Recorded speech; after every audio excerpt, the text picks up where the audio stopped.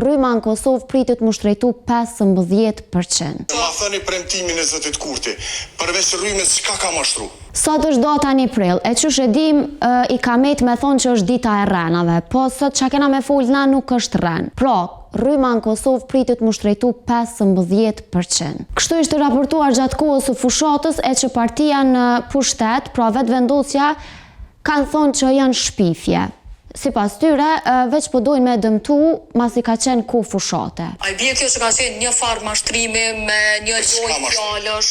Cili mashtrim? Ma thëni premtimin e Zotit Kurti, përveç rrymës çka ka mashtru?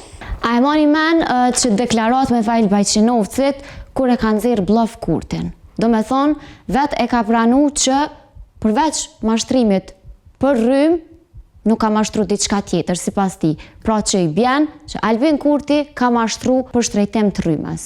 Këtë lajm ZRE-ja e kishte demantuar në atë kohë kur raportohej që ka me pas shtrejtim të rrymës.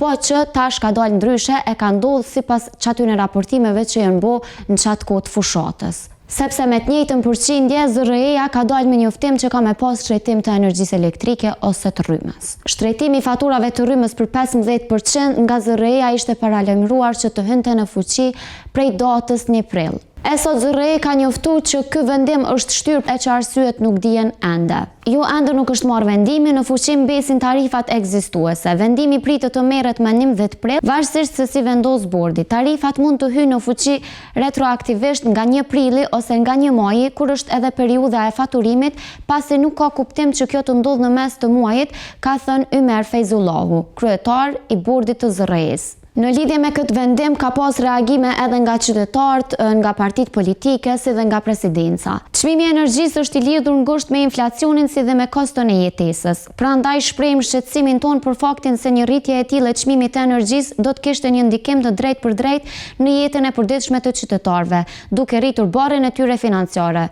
Ka thënë në komunikatën e tyre presidenca, e cila është publikuar në ditën e fundit kur ZRE ka thënë se pranon komentet dhe sugjerimet rreth propozimit të shtrejtimit të rrymës.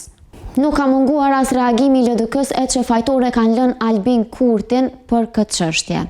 Rritja e çmimit të energjisë elektrike është jo vetëm e padrejtë dhe pa justifikueshme, por edhe e dëmshme për interesin e përgjithshëm. Kjo qeveri po e përdor ZRE-n si instrument për t'u imponuar qytetarëve koston e dështimeve të saj qeverisëse dhe mungesës së vizionit për zhvillim të qëndrueshëm ekonomik, ka thënë LDK. Ndërkaq, për të shprehur pakënaqësitë e tyre, qytetarët kanë paralajmëruar të bëjnë protestë me 5 prill.